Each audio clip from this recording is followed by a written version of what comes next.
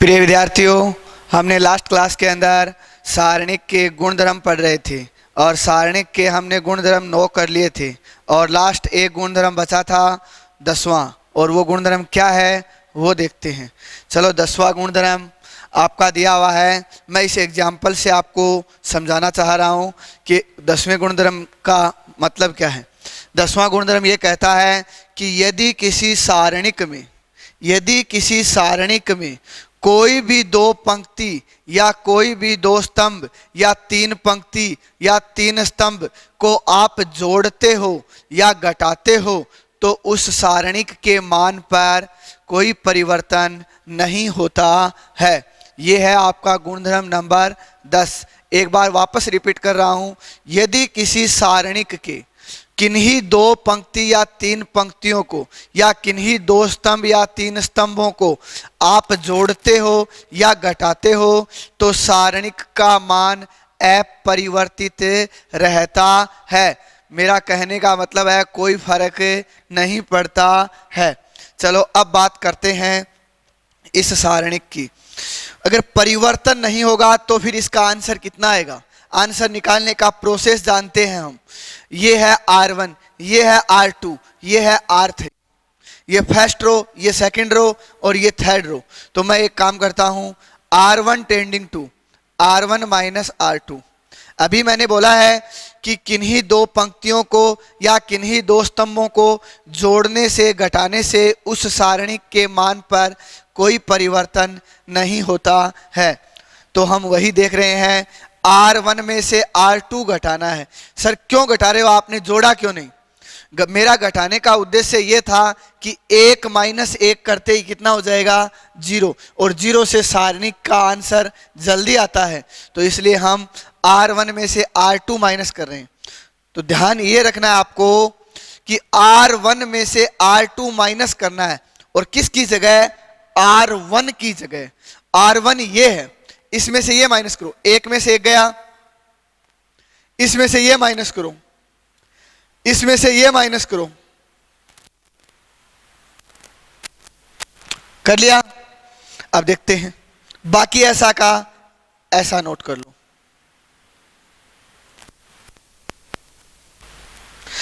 हाँ, हमने 1 minus 1 0 x minus ए ऐसा का ऐसा a square minus B square से हमने a plus B a minus B लिख दिया।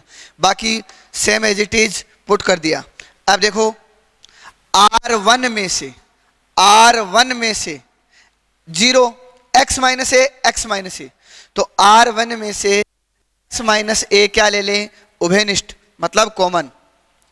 x माइनस ए तो कॉमन ले लेना, और बाकी क्या बचा? 0। यहां कितना बचा? 1। जहां से पूरा कॉमन लिया जाता है वहां कितना बचता है? 1। x माइनस ए आ गया तो क्या बचा? x प्लस ए। यहां सेम ऐसा ही लिखेंगे, तो इससे अच्छा है मैं यहां ये भी लिख देता हूं, R2 tending to R2 minus R3, R2 tending to R2 minus R3, ताकि ये भी क्या बन जाए? 0, ऊपर वाले की तरह 1 माइनस 1। R2 में करना क्या है? R2 में से R3 घटाना। 1 माइनस 1 0, a माइनस बी, इसमें से ये घटाना है, a square minus B square, तो मैं इसको लिख दूं a माइनस बी और a प्लस बी, और ये ऐसा का ऐसा। a माइनस बी दोनों में से क्या आ रहा है? Common. x minus a minus B common आ रहा है, तो क्या बचा हुआ है? 0 1 x प्लस ए। इस रो में से a माइनस बी कॉमन ले लिया तो क्या बचा? a plus B 1 B square. एक बात ध्यान रखनी है, मैट्रिक्स में हम जब कोई कॉमन लेते थे तब वो पूरी मैट्रिक्स में से कॉमन आना जरूरी था, पर अब क्या करना है? या तो एक कॉलम में से कॉमन आना जरूरी होता है। तो ये बात ध्यान रखना। अब आपके C1 में कितने 0 बन गए? 2 0 बन गए, मात्र 1 की कमी है। तो ये अब सोल्व कर लेते हैं। C1 के अनुदिश प्रसार करने पर, यहां लिख देता हूं मैं, C1 के अनुदिश क्योंकि C1 में कितने जीरो हो गए, ये C1 है, C1 में 2 तो जीरो हो गए, सिर्फ इसको सोल्व करना है। और ये एलिमेंट कौन सा है, थर्ड रो का है और फर्स्ट कॉलम का है।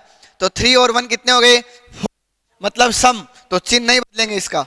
बाहर कौन कौन था, x minus a minus b, इसका चिन्ह बदलेंगे नहीं, तो यहां क्या करेंगे, ये क्लोज ये क्लोज, हमने सारणिक की वैल्यू निकालनी सीखी थी, ये पूरा क्लोज हो जाएगा, ये इससे मल्टीप्लाई होगा a प्लस बी, फिर माइनस का साइन, ये मल्टीप्लाई करेंगे x प्लस ए, तो आपका आंसर क्या आएगा, x माइनस ए माइनस बी, ए प्लस बी, ध्यान देना का साइन अंदर, ए से कैंसिल, तो आपके पास x माइनस ए माइनस बी माइनस एक्स आ रहा है आंसर, b माइनस एक्स आ रहा है।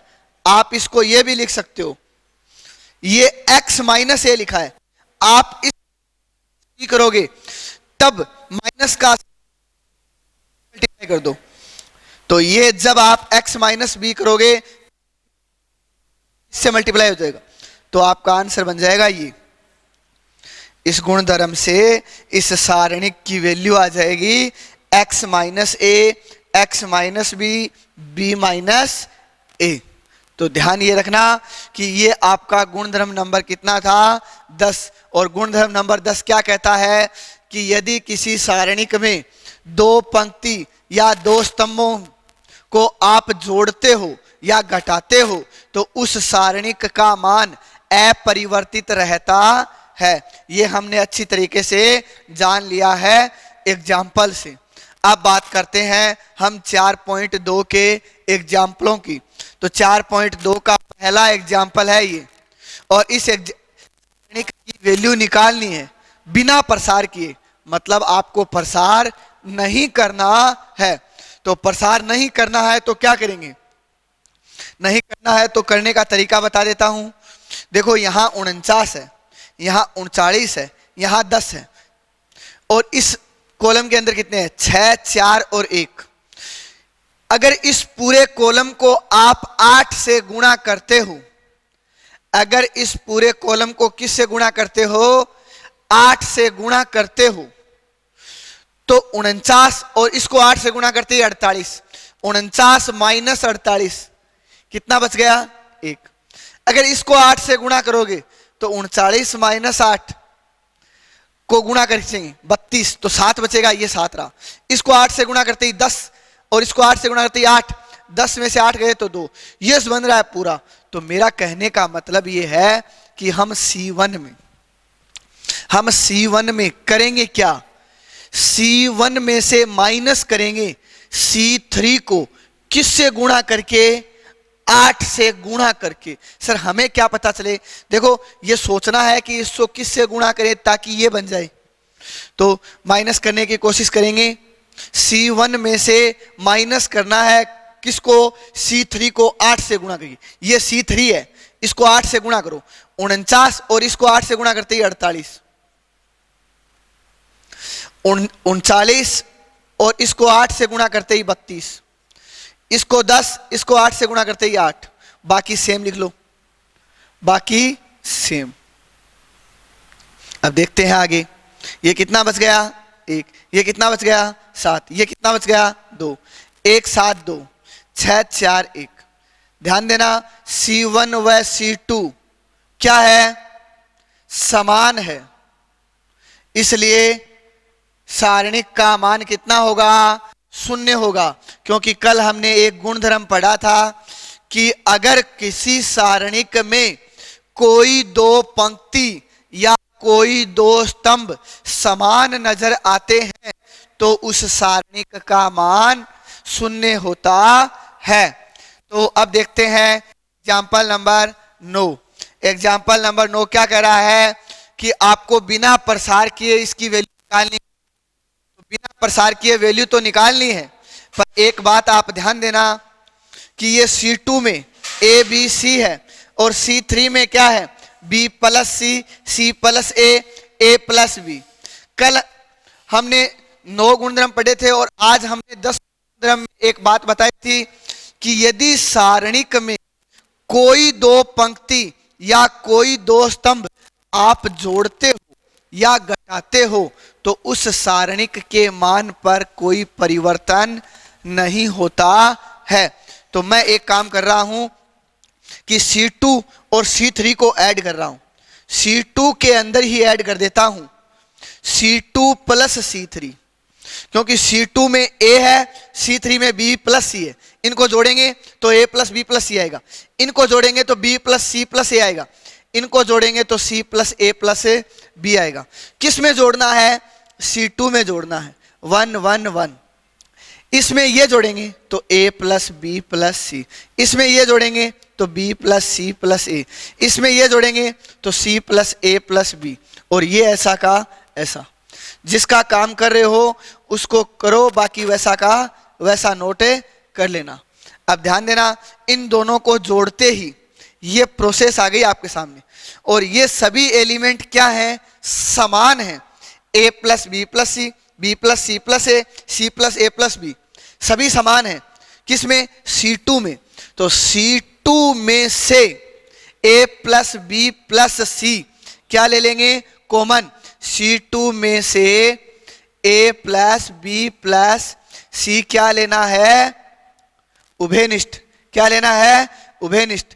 तो अगर हम A plus B plus C उभयनिष्ठ लेंगे तो यहां तो ये 1 1 1 अपनी जगह है, यहां क्या बन जाएगा? 1 1 1, और B plus C, C plus A, A plus B।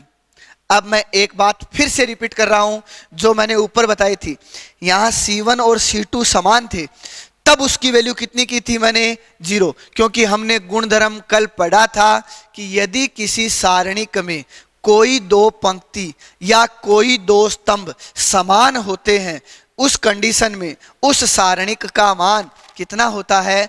0 होता है। तो देखो यहां भी कोई दो स्तंभ समान है क्या? C1 और C2 समान है क्या? तो हम यहां लिखेंगे C1 व C2 समान है, इसलिए सारणिक की वैल्यू कितनी आएगी? 0 आएगी। इसकी वैल्यू 0 आएगी तो 0 को इससे गुणा करने पर भी आंसर कितना आएगा? 0 आएगा। ये बात ध्यान रखना आप। सारणिक का जब भी बिना प्रसार किए आपको ये कहता है कि इसका हल निकालो, इसका मतलब हमें सिर्फ जोड़ तोड़ करना है, न कि उसका सीधा प्रसार करना है। सीधा जोड़ तोड़ करेंगे तब या तो किसी रो में या कॉलम में सभी 0 हो जाएंगे, या 0 मैक्सिमम बन जाएंगे, तब प्रसार कर लेंगे, या कोई दो पंक्ति या कोई दो स्तंभ समान आ जाएंगे, तब उस सारणिक का मान कितना होता है? 0 होता है। ज्यादातर एक बात ध्यान रखना, मैं हमेशा ये बता रहा हूं कि अगर बिना प्रसार किए किसी सारणिक का मान निकलवाता है तो उसका मान लगभग कितना आता है? 0। क्यों आता है? क्योंकि कहीं ना कहीं उसका गुणधर्म बनता है, और गुणधर्मों में यही लिखा हुआ है कि यदि किसी सारणिक की एक पंक्ति या एक स्तंभ 0 हो तो उसका मान 0 होगा। कोई दो पंक्ति या कोई दो स्तंभ समान हो तो भी उसका मान 0 होता है। तो इस प्रकार हम देखते हैं अब क्वेश्चन नंबर 10। आपका एग्जाम्पल 10 क्या कह रहा है? देखो, A minus B, B minus C, C minus C, ये A प्लस का है, ये A माइनस का है, ये B माइनस का है, ये B प्लस का है, ये C माइनस का है, ये C प्लस का है। मतलब यहाँ MNP है, यहाँ XYZ है, R1 R2 R3 तीनों को जोड़ लें ताकि ये सभी कैंसिल हो जाएंगे और क्या बन जाएंगे? 0 बन जाएंगे। तो मैं एक काम कर रहा हूं, R1 tending to R2, R1 tending to R1 plus R2 plus R3। एक बात ध्यान रखना, आप जिसका काम कर रहे हो उसको सबसे पहले लिखा करो। R1 टेंडिंग का साइन लगाने के बाद सीधा R1 लिखा करो, प्लस सभी को जोड़ना है तो जोड़ लो, घटाना है तो माइनस कर लो। उससे सारणिक के मान पर फर्क नहीं पड़ता है। गुणधर्म नंबर 10 से अब देखते हैं, अगर A minus B plus B minus C plus C minus A जोड़ लिया, इसी प्रकार M minus N plus N minus P plus P minus M इसी प्रकार x minus Y plus Z minus X. R1 में इन तीनों को जोड़ दिया, R1 में इन तीनों को जोड़ दिया, R1 में इन तीनों को जोड़ लिया। ये R1 होती है, ये R2 होती है, ये R3 होती है। R1 के अंदर तीनों को जोड़ना था, जोड़ दिया। बाकी को किसी प्रकार की छेड़छाड़ नहीं करनी, ऐसा कहा, ऐसा नोट कर लो। y minus Z, Z minus x. अब जो हमने जोड़े हैं वो देखो, ये a प्लस, ये a माइनस, ये b माइनस, ये b प्लस, ये c माइनस, ये c प्लस। m से m गया, p से p गया, n से n गया, x से x गया, z से z गया, y से y गया। तो आपका बचा क्या? 0 b minus c, c minus c, 0 n minus p, p minus m, 0 y minus z, z minus x। हम क्या लिखेंगे? R1 के सभी अवयव शून्य हैं, इसलिए सारणिक का मान कितना होगा? शून्य होगा। क्योंकि हमने यह भी गुणधर्म पढ़ा था कि यदि किसी सारणिक के किसी भी रो या किसी भी कॉलम के सभी अवयव शून्य हो तो उस सारणिक का मान भी शून्य होता है। बना लिया, शून्य हो गया, तब हमने इसका आंसर लिख देंगे शून्य। अब बात करते हैं इसकी, जो हमने गुणधर्म नंबर 10 में एग्जाम्पल सीखा था, सेम यही एग्जाम्पल है ये। और एक बात हमेशा ध्यान रखना, इस एक्सरसाइज से जो क्वेश्चन आपके एग्जाम में आता है वो 3 नंबर का आता है। और वो 3 नंबर का क्वेश्चन आता क्या है? प्रूव करना आता है, सिद्ध करना। और सिद्ध करने में आपको बराबर के बाद वाली साइड देखो, x माइनस वाई। बताओ, x तो इसमें है, y इसमें है, मतलब R1 में से R2 क्या करना पड़ेगा? घटाना पड़ेगा। Sir y minus Z, R2 में से R3 क्या करना पड़ेगा? घटाना पड़ेगा। Sir z minus x, R3 में से R1 घटाना पड़ेगा। मतलब कितनी संक्रिया एक साथ लग रही है? 3। पर एक बात मैं वापस हूं, आप मैक्सिमम कितनी संक्रियाएं एक साथ लगा सकते हो? 2 संक्रिया एक साथ लगा सकते हो, 3 संक्रिया कभी भी एक साथ नहीं लगा सकते हैं। तो देखते हैं हम क्या करेंगे। मैं LHS सोल्व कर रहा हूं।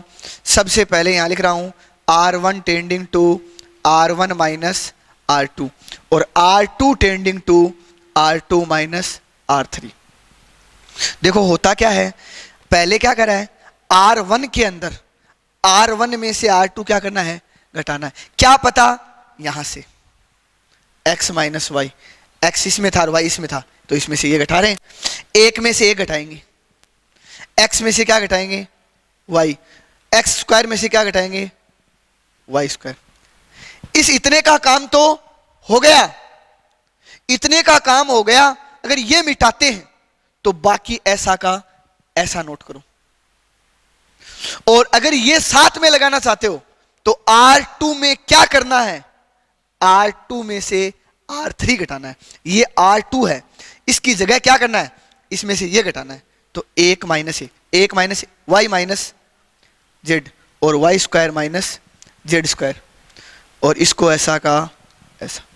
मैं वापस रिपीट कर रहा हूं, आप 2 संक्रिया ही एक साथ लगाना, कभी भी 3 संक्रिया एक साथ मत लगा देना। 1 और 2 लगा दी हमने। अब यहां के बाद देखते हैं आपका बचा कितना? 0 x माइनस वाई। इसको मैं लिख देता हूं x प्लस वाई और x माइनस वाई। लिख सकता हूं क्या? X square minus Y square था, उसको x प्लस वाई लिख दिया और x माइनस वाई लिख दिया। 1 minus 1 0, y minus Z, y plus Z, y minus Z, 1 Z और जेड स्क्वायर। अब आप ये बताओ R1 में से क्या कॉमन आ रहा है? x minus Y, X minus Y. Sir यहां तो नहीं है x माइनस वाई। 0 में से आप चाहो वो कॉमन ले सकते हो, कोई फर्क नहीं पड़ता, क्योंकि कॉमन लेने का मतलब क्या होता है? भाग देना। और 0 में चाहे किसी का भी भाग दे दो, 0 ही रहना है। तो x माइनस वाई जैसे ही आप कॉमन लेते हो, x माइनस वाई तो कॉमन किससे लिया? R1 से। और y माइनस जेड कॉमन किससे लेंगे? R2 से। तो ये भी बाहर लिख लो। सारणिक में कॉमन लेने का तरीका होता है एक पंक्ति या एक स्तंभ में से कॉमन लिया जाता है, जबकि ऐसा मैट्रिक्स में नहीं होता था। मैट्रिक्स में पूरी में से कॉमन आता था। अब देखते हैं 0 1, ये कॉमन आ गया तो क्या बचा? 0 1, ये कॉमन आ गया तो क्या बचा? 1 Z। सर अब क्या करें?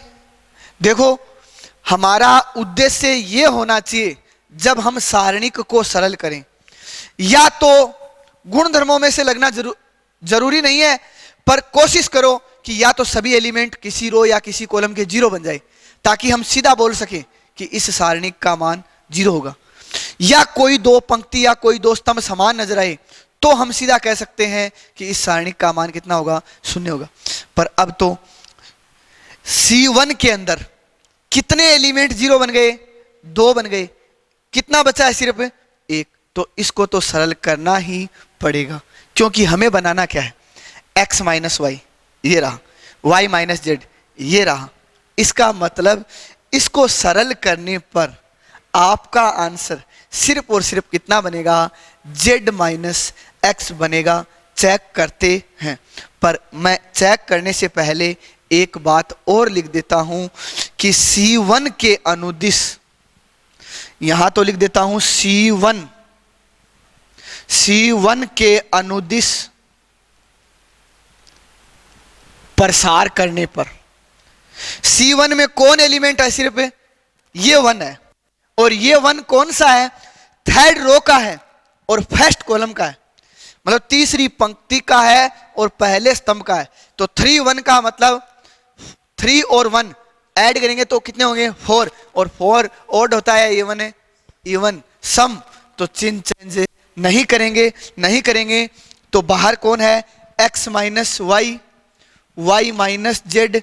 और चिन्ह चेंज नहीं करेंगे तो 1 के आगे चिन्ह प्लस का है तो 1 से कोई फर्क नहीं पड़ता। अब देखते हैं ये क्लोज और ये क्लोज, पहले ये दोनों गुणा होंगे, y प्लस जेड, माइनस का चिन्ह लगाएंगे, अब ये गुणा करेंगे x प्लस वाई। अब देखो x minus Y, y minus Z, y plus Z, और माइनस का साइन अंदर जाएगा तो minus X minus Y, Y से वाई कैंसिल आउट, क्या बचा? x minus Y, Y minus Z और z माइनस एक्स। यही हमारी कौन सी साइड थी? RHS। आपकी बोर्ड एग्जाम में लगभग 99% ऐसा ही क्वेश्चन आता है कि ये प्रूव करो, इससे ये प्रूव करो। तो आप जब ऐसे क्वेश्चनों को सरल करो, एक बात हमेशा ध्यान रखना कि आप RHS साइड को पहले देखो आराम से, कि हम इस सारणिक में क्या फेरबदल करें ताकि हमारी RHS जैसा बनने का तरीका हमारे पास आ सके। तो अब देखते हैं हम एग्जाम्पल। नेक्स्ट क्या है?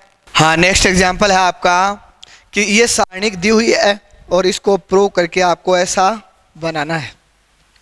और जो प्रूव करना है उसमें देखो आप ABC, ओनली फर्स्ट रो में आपको क्या रखना है? ABC। सेकेंड रो में क्या रखना है आपको? PQR। PQR ही होगा सेकेंड रो में। जोड़ तोड़ में है वो एक अलग बात है, पर है तो PQR ही। R3 में आपको क्या रखना है? XYZ। यहां देखो XYZ ही होगा। तो मैं एक बात सबसे पहले कहना चाहता हूं कि आप इस तरीके से कोई जोड़ तोड़ नहीं कर सकते, कारण अगर आप इनको जोड़ोगे तो B plus C plus Q plus R, मतलब BCQR मिक्स होने लग जाएगा और हमें चाहिए अलग अलग। इसका मतलब हम इस तरीके से जोड़ सकते हैं पर इस तरीके से नहीं जोड़ सकते। इस तरीके से जोड़ने का मतलब स्तंभों को जोड़ सकते हैं, पंक्तियों को नहीं जोड़ सकते।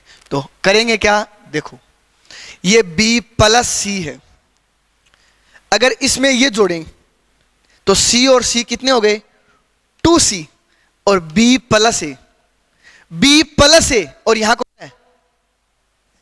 ए प्लस बी, अगर घटा दें तो वापस ए प्लस बी से ए प्लस बी कैंसिल हो जाएगा, मात्र क्या बचेगा, 2c बचेगा, मात्र क्या बचेगा, 2c। तो इसका मतलब c यहां आ जाएगा, वो बाद में कर लेंगे इधर उधर। तो अब देखते हैं हम, मैं एक काम कर रहा हूं C1 के अंदर, C1 टेंडिंग टू, पहले C1 ही लिखना है, यहां C1 लिखने के बाद पहले C1 ही लिखना है, और उसके बाद पहले ये जोड़ लें C2 और माइनस क्या कर लेंगे C3। इससे फायदा क्या होगा, ये दोनों जुड़ेंगे तो A और B प्लस होगा, पर माइनस करते ही ये पूरा क्या हो जाएगा, कैंसिल। तो C और C जुड़ के क्या हो जाएगा, 2c। देखते हैं क्या होगा वो, B plus C plus C plus A, ये जोड़ तो लिया, पर अब क्या लगाना है, माइनस का साइन। और C3 में सबसे पहले कौन है, A प्लस बी, या तो आप A प्लस बी ऐसे लगाओ, या इस माइनस के साइन को जैसे ही आप अंदर भेजोगे तो यहां क्या आ जाएगा, माइनस आ जाएगा। सेम यही प्रोसेस मैं यहां कर रहा हूं, Q plus R plus P, minus का साइन यहां आते ही minus P minus Q। Same condition यहां अप्लाई करो, y plus Z plus X minus Y.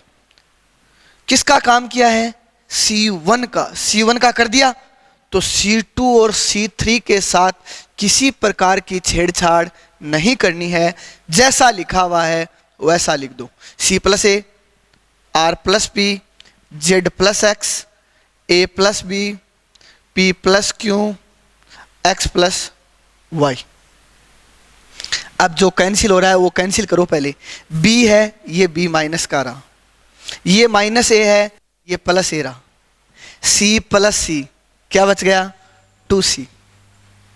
देखो 2c, q से q कैंसिल, p से p कैंसिल, क्या बचा, y से y कैंसिल, x से x कैंसिल, क्या बचा, 2z, 2c 2r 2z। इसमें से क्या कॉमन आ रहा है, 2, इसमें से क्या कॉमन आ रहा है, 2, तो मैं इस 2 को कहां लिख देता हूं, बाहर।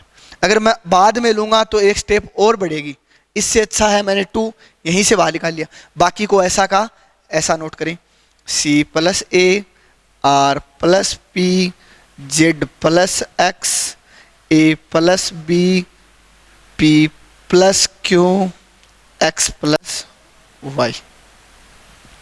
देखते हैं हमें CRZ, ध्यान देना RHS में कहीं ना कहीं CRZ है क्या, CRZ लास्ट वाले में, वो बाद में देखेंगे गुणधर्मों से कि गुणधर्म क्या कहता है, हम कहाँ ले जाएं, तब क्या चिन्ह आता है नहीं आता, परिवर्तन होता है या नहीं होता, वो बाद की बात है, पर मिलता जुलता सा कर लें पहले। तो CRZ तो हो गया, अब CRZ यहां भी है, CRZ यहां भी है, ये C2 है, मैं C2 में से C1 घटाऊं, C2 tending to C2 minus C1, इसमें से ये घटाऊंगा तो C से C कैंसिल, R से R कैंसिल, Z से Z कैंसिल, तो यहां क्या बचेगा, APX, कहीं है क्या APX। तो मैं पहला काम यही कर रहा हूं, C2 में करना है, C2 में से C1 घटाना है, इसमें करना है, ये दोनों ऐसे के ऐसे लिखेंगे। चलो देखते हैं, 2 CRZ, C2 में करना है सिर्फ, और करना क्या है, C1 को घटाना है, इसमें से ये घटाएंगे, C से C कैंसिल, क्या बचेगा A, इसमें से ये घटाएंगे तो R से R कैंसिल, P, इसमें से ये घटाएंगे तो क्या बचेगा X, बाकी ऐसा का ऐसा घटा लिया, CRZ भी बन गया, APX भी बन गया। अब हमें चाहिए BQY, ये चाहिए, और APX हटना चाहिए, तो APX इसमें है, तो C3 में से C2 माइनस करेंगे, तो हम यहां लिखेंगे कि C3 tending to C3 minus C2, C3 में से ये माइनस करेंगे, तो काम किसका करना है, C3 का, तो सिर्फ C3 में ही आपको छेड़छाड़ करनी है, C1 और C2 को तो वैसा का वैसा लिखेंगे। तो 2 CRZ APX APX, इसमें से ये घटाएंगे A से A कैंसिल, क्या बचेगा B, इसमें से ये घटाएंगे P कैंसिल, क्या बचेगा Q, इसमें से ये घटाएंगे X कैंसिल, क्या बचेगा Y। अब देखो APX, ये रहा APX, BQY BQY, CRZ, फर्क इतना जरूर है कि हमें CRZ लास्ट में चाहिए और हमारा आ कहां रहा है, फर्स्ट में। तो हम एक काम करेंगे, इस CRZ को बोलेंगे कि तू यहां चला जा और इसको कहेंगे तू यहां आ जा। इससे थोड़ा बहुत तो सेट होगा, पर एक गुणधर्म कल हमने ये पढ़ा था कि यदि किसी सारणिक के कोई दो पंक्ति या कोई दो स्तंभों को परस्पर परिवर्तित करते हो तो सारणिक के संख्यात्मक मान पर तो कोई फर्क नहीं पड़ता, परंतु उसका चिन्ह बदल जाता है। तो मैं एक काम कर रहा हूं, C1 को किस में इंटरचेंज कर रहा हूं, C3 में। ये इंटरचेंज का साइन होता है कि C1 को बोलेगा तू मेरी जगह चला जा, मैं तेरी जगह चला जाऊंगा। तो देखो 2 के 2 BQY यहां लिख देता हूं, CRZ को लास्ट में भेज देता हूं और इसके साथ कुछ नहीं करेंगे। बताओ कोई थोड़ा बहुत माइनस का साइन बाहर आएगा? गुणधर्म से लिखा है मैंने, गुणधर्म कहता क्या है कि कोई दो पंक्ति या कोई दो स्तंभों को आप परस्पर बदलते हो तो उस सारणिक का चिन्ह बदल जाता है, न कि सारणिक के मान पर फर्क पड़ता है। तो माइनस का चिन्ह लगा दिया और ये दोनों मैंने बदल दिए। बताओ अब जो कुछ दिखाई दे रहा है उसमें थोड़ा बहुत सेम मिला क्या, CRZ हो गया। अब इतना फर्क रह गया, BQY आपको बीच में चाहिए BQY, और APX आपको कहां चाहिए, पहले। इसका मतलब एक बार और क्या करना पड़ेगा, हमें इंटरचेंज करना पड़ेगा।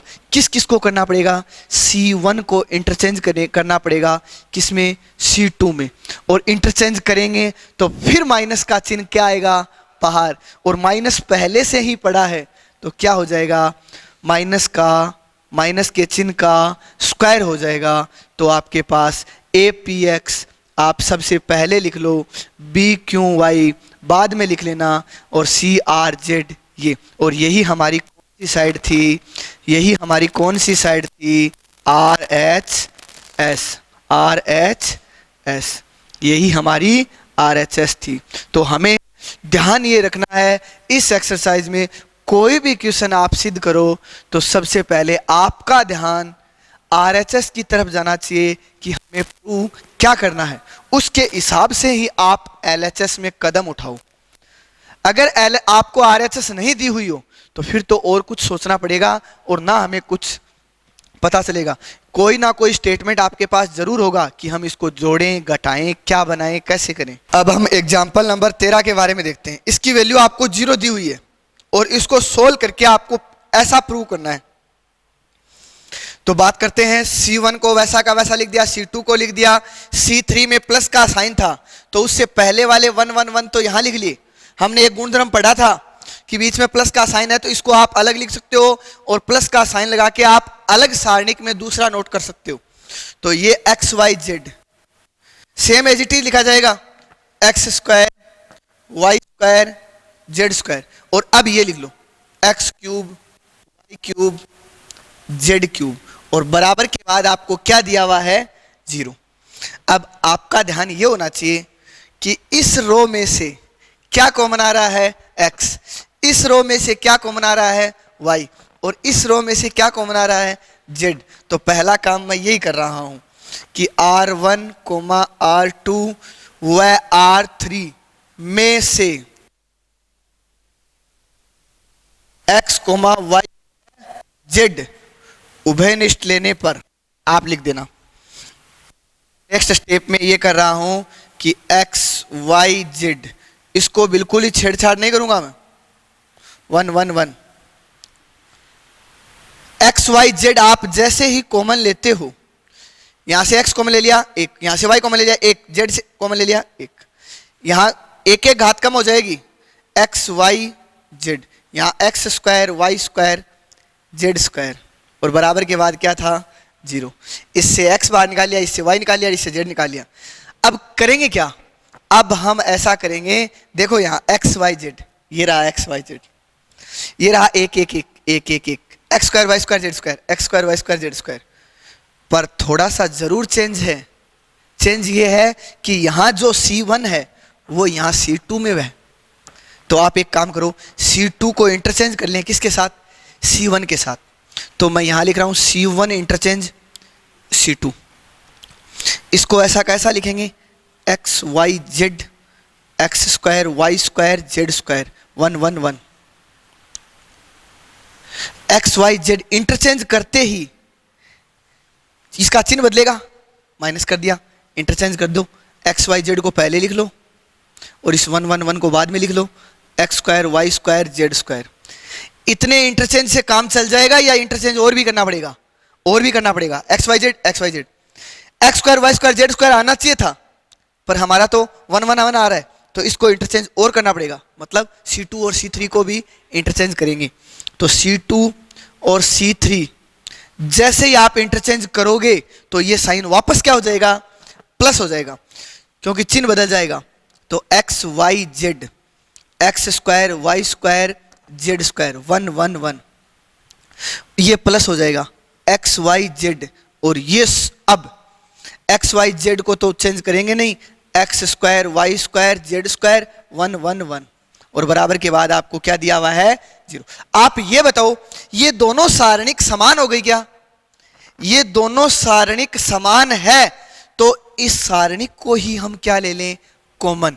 और इस सारणिक को आप जैसे ही कॉमन लेते हो, आप जैसे ही कॉमन लेते हो, तो इस सारणिक को मैं यहां लिख देता हूं X Y Z, X square Y square Z square, 1 1 1, और ब्रेक के अंदर ये सारणिक पूरी कॉमन आने का मतलब यहां कितना बचा, प्लस ये पूरी कॉमन आने का मतलब यहां क्या कितना बचा, एक्स वाई जेड, और बराबर क्या आवा 0। देखो दोनों का गुणनफल 0 कब होता है, जब दोनों में से या तो एक 0 हो या दोनों ही 0 हो। तो हम 0 कर लेते हैं, 1 1।